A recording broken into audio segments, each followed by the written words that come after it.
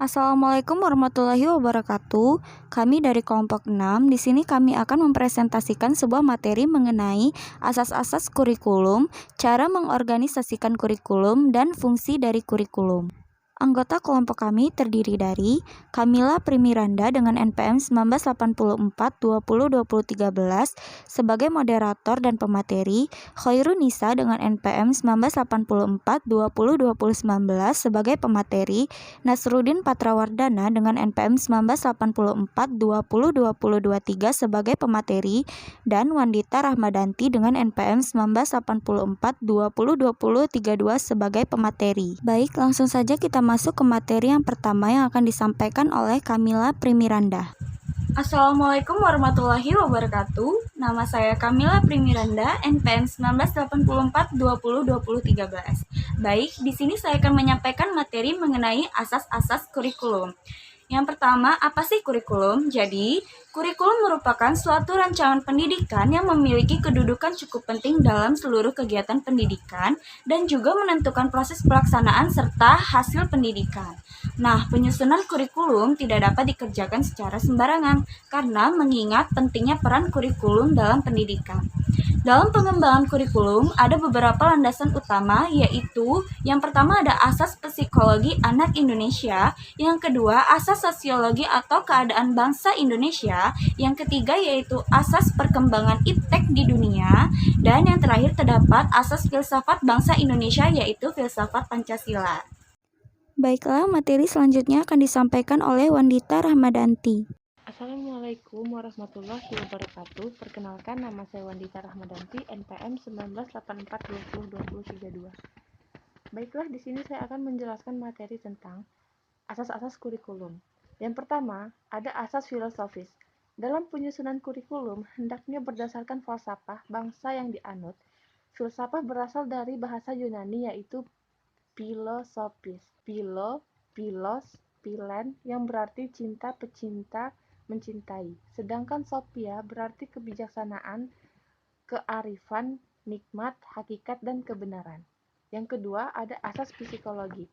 Kegiatan yang mengacu pada hal-hal yang bersifat psikologi, pendidikan pada hakikatnya adalah suatu pelayanan yang diperuntukkan pada siswa. Dalam psikologi juga dibahas aspek psikis yang terdapat pada manusia sebagai makhluk yang bersifat unitas multipleks yang terdiri 9 aspek psikologi yang kompleks. Yang ketiga, ada asas sosial budaya atau sosiologi. Adalah ilmu pengetahuan yang menyelidiki berbagai gejala sosial hubungan antara individu dengan individu, antara golongan lembaga sosial yang disebut juga ilmu masyarakat. Yang keempat, ada asas organisatoris. Asas ini berkenaan dengan masalah bagaimana bahan pelajaran akan disajikan, apakah dalam bentuk mata pelajaran yang terpisah atau diusahakan adanya hubungan antara pelajar yang diberikan. Yang kelima, ada asas teknologi. Kurikulum tidak boleh meninggalkan kemajuan teknologi pendidikan. Peningkatan penggunaan teknologi pendidikan akan menyebabkan naiknya tingkat efektivitas dan efisien proses belajar mengajar, selalu menonjolkan peranan guru terutama dalam memilih bahan dan penyampaian. Baik, materi selanjutnya akan disampaikan oleh Nasruddin Patrawardana. Baik, Assalamualaikum warahmatullahi wabarakatuh. Perkenalkan, nama saya Nasruddin Patrawardana, NPM 1984 Saya akan menjelaskan tentang materi pengorganisasian kurikulum. Yang pertama, mata pelajaran terpisah. Kurikulum ini menyajikan segala bahan pelajaran dalam berbagai macam mata pelajaran yang terpisah satu sama lainnya, terlepas dan tidak mempunyai kaitan sama sekali, sehingga banyak jenis mata pelajaran menjadi sempit ruang lingkupnya. Yang kedua, mata pelajaran gabungan, yaitu kurikulum yang menekankan perlunya hubungan di antara satu pelajaran dengan mata pelajaran lainnya, tetapi tetap memperhatikan ciri atau karakteristik tiap bidang studi tersebut. Yang ketiga, kurikulum terpadu, yaitu kurikulum yang menyajikan bahan pembelajaran secara unit dan keseluruhan tanpa mengadakan batas-batas antara satu mata pelajaran dengan yang lainnya. Ciri-ciri kurikulum ini terintegrasi antara lain berdasarkan filsafat pendidikan demokrasi, berdasarkan psikologi belajar gestalt atau organismik, berdasarkan landasan sosiologis dan sosiokultural. Sekian materi yang dapat saya sampaikan. Wassalamualaikum warahmatullahi wabarakatuh. Baik, materi selanjutnya yaitu materi terakhir akan disampaikan oleh Khairunisa. Baiklah, di sini saya Khairunisa dengan NPM 19 akan melanjutkan materi yang telah disampaikan oleh rekan saya, yaitu fungsi kurikulum. Fungsi kurikulum secara luas adalah dalam rangka untuk mencapai tujuan pendidikan. Kurikulum merupakan alat atau usaha untuk mencapai tujuan pendidikan tersebut.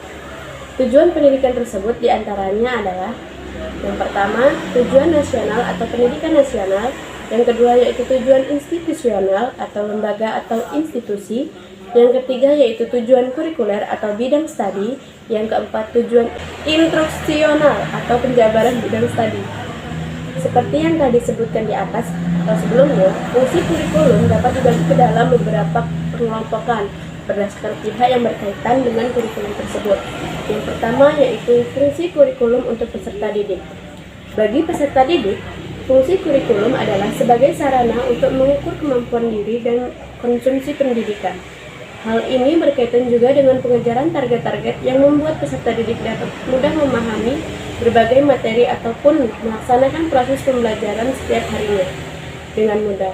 Selain itu, diharapkan agar peserta didik mendapatkan pengalaman-pengalaman baru yang di masa depan dapat dikembangkan sesuai dengan perkembangannya dan bisa menjadi bekal kehidupan nantinya.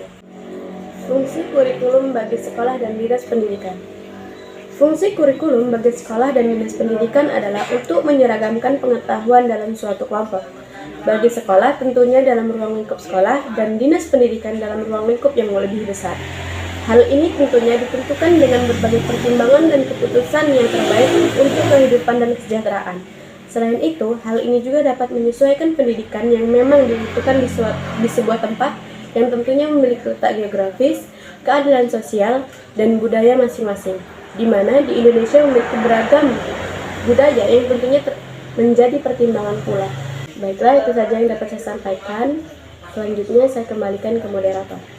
Baik, sekian materi atau presentasi yang dapat kami sampaikan. Apabila ada kesalahan dan kekurangan, kami mohon maaf. Kepada Allah kami mohon ampun. Kami akhiri. Wassalamualaikum warahmatullahi wabarakatuh.